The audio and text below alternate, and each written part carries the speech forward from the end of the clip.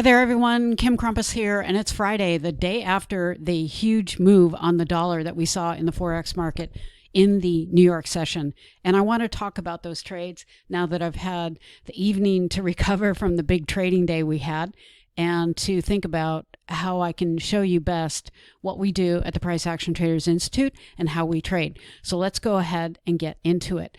What I want to do, though, before I begin is let you listen in to part of the recording in the New York trade planning session that I end up the session with going over what the focus should be for that session. So we're going to go ahead and listen to about a 30-second clip where I go over exactly where I want traders to focus their efforts on in the upcoming New York Open. So let's go ahead and listen in this. All right, so focus this morning.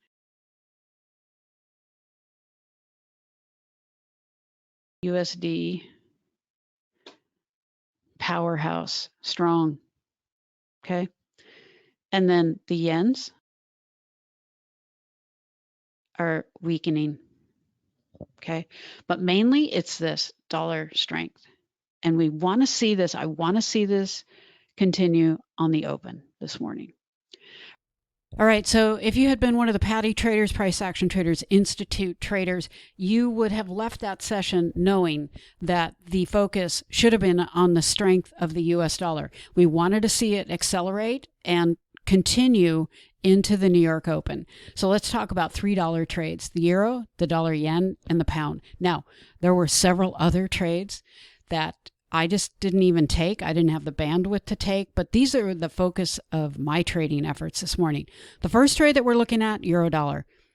I traded this. This was my third trade. The first trade was on the ECB interest rate announcement at 8:15 New York. I got out of that because this closed back inside the range, and I got out for 5 pips. Then there was a USD red news event at 8:30, 15 minutes after this. So get into this trade, get flat, get into this trade, shorted it, and only got 10 pips on that. And you can see it tried to break the range right here, which was down here, and it failed. So out of that trade for plus 10, and then put an order in to buy the break, or sell the break, sorry, if and when it happened. It did happen right on the next candle. And this was the dollar strength that we saw come into the market and push this pair down. So let's go ahead to the second pair, which would be the dollar yen. Now, the dollar yen actually was moving to the upside, and the only trade I took on this was on the USD red news over here, and it was on a range break. And this one, I got positioned on the red news, so right in front of the break. And what was important to me was that this candle, the USD red news candle at 8:30 a.m. had to close either on the breaking line or outside of it. We'll see how these trades worked out. And then the pound dollar. I missed the pound dollar completely, but I was able to get in on momentum down in here on this candle, caught this momentum and confirmed it with the EU. You have to have a confirmation when you trade momentum. And this trade just took off to the downside. Notice there was a break here, which I completely missed. So my next plan of attack was either look for a pullback, which there wasn't any, or look for momentum, which did manifest. I took this trade right here, had a 10 pip stop, and what you're seeing is this trade took off before I could get a screenshot done, and now I've moved my protective stop on this one to lock in 25 pips. Let's go ahead and see how I manage each one of these trades. So on the EU, remember this break right here. I sold this break, and now I'm managing this trade. Price has accelerated. Notice there are no pullbacks. This is a runaway market, and this is a market where the dollar strength is just dominating on the board. I moved my protective stop to lock in 25 pips, and I'm targeting way down at 0980. And here's the second screenshot. I have now moved to lock in more. So remember over here around just below 1050, which would have been right around in here, the market has continued to move through yesterday's low. And I've now pulled this down to lock in 40, because sometimes in these big moves, you can have a sudden turn where stops are hit. So I want to try to capture as much as I can before I jump out. And then on the last one, you can see it comes into 1100. And I've now moved my stop to lock in 55 pips. before in front of the actual target down here. Let's look at the dollar yen. So remember this, I was looking for this to close either on the breaking line or right outside of it, and it closed like 0.3 pips outside of the breaking line. So I held this trade. It was a red news trade, and I've now locked 25 pips right here. And I am targeting up here at 141.20 on this trade. So big targets on all of these trades. Still in this, now price has definitely come through 140.80 and is now accelerating into 141 even. So I moved my protective stop again to just lock in 11 more pips. So I'm kind of managing these trades where I want to capture as much as I can before I get hit with some sudden pullback or stops widening. And then this, as it's now come through 141, remember over here it was on approach. And now price is actually blown through it and on its way up into this target at 141.20. And I've now moved to lock in 48 pips. Let's go ahead and take a look at the pound dollar. So remember, I had 25 pips locked on the first screenshot you saw because I couldn't take an entry screenshot. And now I've moved that down even further to lock in 32 pips. So I'm locked in with 32 pips and price is on approach down to its target. On the next screenshot, it's even getting deeper on me, but there's some suck back. So I pull this protective stop to lock in 45 pips. So I moved it to grab 13 more pips.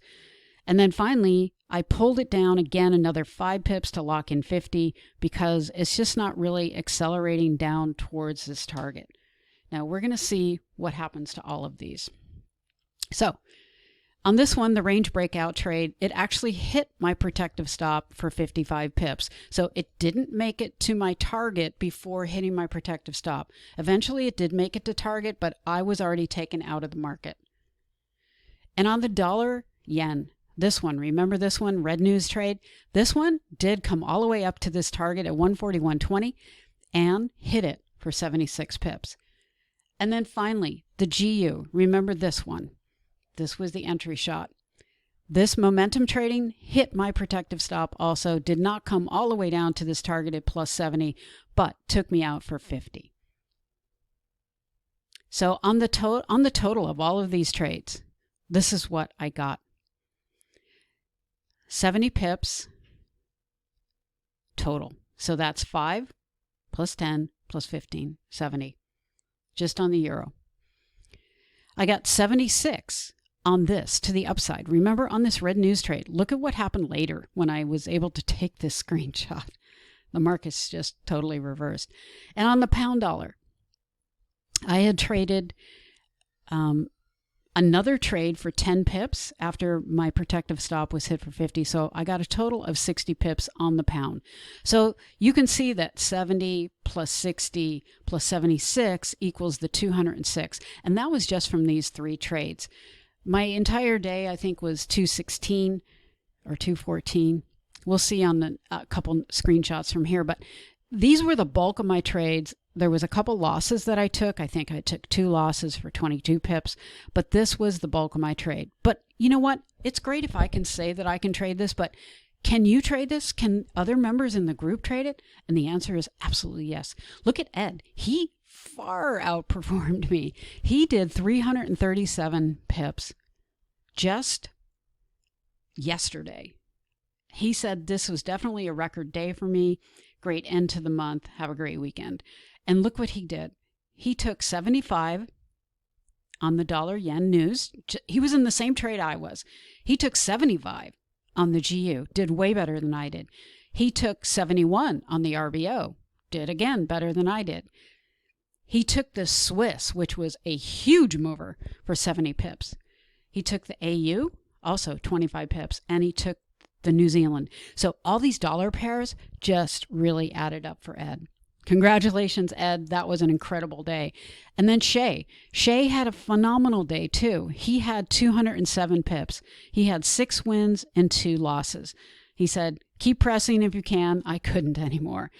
You know, trading in these kind of conditions can be very physically challenging. It can be exhausting, especially when there's big moves. And that's why you have to be prepared for these days. They're short. But when you get them done, they're phenomenal. And then mine. I ended up with 214. It was a great day. What a week. What a month. And this is what I did. 2 losses, 22 pips, and 10 wins for 236. This is how you trade when there's a trend. This is how traders make big money. They trade with the trend. They trade with the institutional push. Why would you want to counter trend trade when the big money is going after the trend? All right. So I want to thank you again for listening. I'm Kim Crumpus from the Price Action Traders Institute. You can go to our website, check out both our membership right here, live trade planning membership, or the course, where I have a course bundle where you get 1 free month in the membership. It helps you implement the course and helps you see how we actually trade using a 20-second trade plan. All right. Thanks a lot. Have a great weekend. I'll talk to you soon.